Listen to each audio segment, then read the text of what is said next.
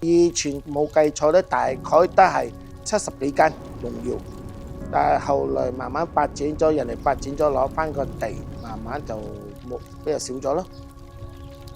依家就如果江西路得翻一條農窯，其餘嘅都已經搬咗出邊咗啦。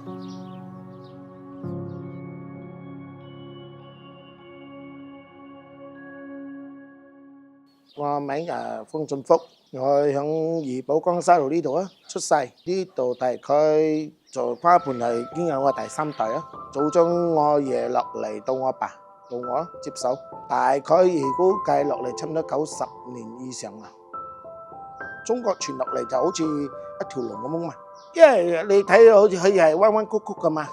中國嘅正式係農窯，但係呢個我哋馬來西亞呢度咧，怡保全部攞去改，慢慢改出嚟嘅。比如講好似前頭呢個咧，佢就比較四方噶嘛，佢個頭係四方噶嘛。如果舊嘅咧，佢個頭就比較細啲少嘅，好似圓波咁樣，佢個頸縮晒，跟住慢慢去放闊佢嘅。你用泥嚟整嘅，自己做嗰啲磚啊，都係用泥嚟做嘅，漿都係用啲泥漿嚟做出嚟嘅，即係請一個師傅嚟搭上去噶啦。來咗佢有壞我去收縮嘅時候，我哋咪去睇住你啊修整咯。古木貴錯嚟講係目前得翻1個到2個有啊，不過已經係上咗年紀咯，約莫都係70零歲咗咯，就冇噶啦，就靠自己咯，自己睇跟板嚟行咯，模仿佢嘅點樣去做咯。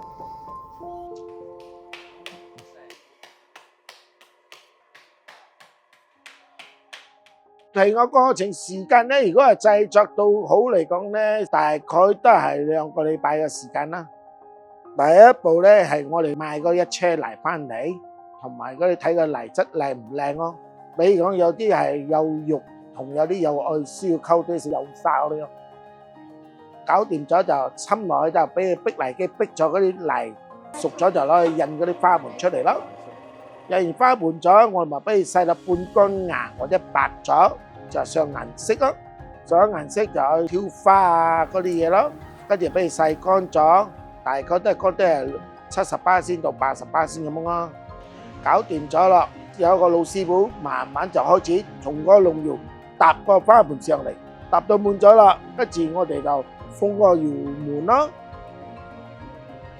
個農窯個頭嗰度就開始放嗰啲烘去乾，自己攞個手去摸一摸睇濕唔濕啊，感覺啊。如果係乾咗就第1日嘅時間，隔日咗我哋咪再開始燒啊。從龍頭嗰度開始，即係大概都係10幾粒鐘啦。跟住上嚟嗰個窗仔咧就慢慢睇個火色，睇個花盆有發令咗，我哋跳啊，跳個窿仔一路跳住上啦。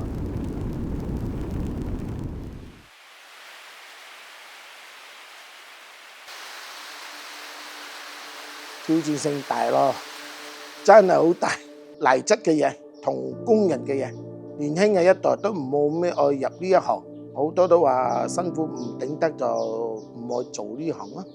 因為比如講農窯嚟講，一條農窯行啦24粒鐘，冇人愛長，為熱同埋佢嘅火力啊足夠去平衡佢。又有時嚟到唔靚嘅時候，嗰啲齊濕就頭痛啦。目前遇到原料嘅問題，所以有啲原料已經係比較缺乏啲少。例如泥啊，冇咁靚嘅泥咗咯，開始少咗咯，就揾第二種代替咯。以前嘅原料就好靚，比如講好似白泥嚟講，士馬玻璃嘅白泥最靚咯，同個針。但係呢家後期嘅一路落嚟都開始冇咗，就比較困難啲少咯。依家用緊都係和風嘅嚟和風白泥啊，比較黃紅啲顏色嘅啦，同埋替片嘅泥啊，分別係有咯。比如好似有啲冇膠質啊，所以我攞咗第二種個代替品咯，嚟藥水嗰啲代替入去咯。溝唔完全咧就變咗又就爆咯，爆咗我咪又執出嚟咯。有時嗰啲我哋嗰啲遇到落水天嘅時候咧，喺個花盆出邊外皮係乾噶嘛，係入濕啊。有佢哋殺啲火烘個火比較大啲少，咪就收縮，即係個水走唔出就爆咯。爆咗我哋唔知道嘅時候，死啦！燒上嚟啊，唔唔好彩嘅，佢個腳爆咗，企唔穩就冧落去，就睇燒得到冇啊？如果燒唔到就冚火爐停咗，最後等佢凍咗就攞翻出嚟。農藥一度唔好係咩？如果係左手個人放柴放得快，右手放慢啲，佢個火力唔均勻嘅時候就好滑。所以我哋兩個配合咯，唔均勻出嚟嘅色水就唔勻全咯。唔勻全一時就你睇有啲花盆生番薯啊，佢冇咁靚仔，即係半生熟咁啊，佢就嗰度出咗一個問題咯。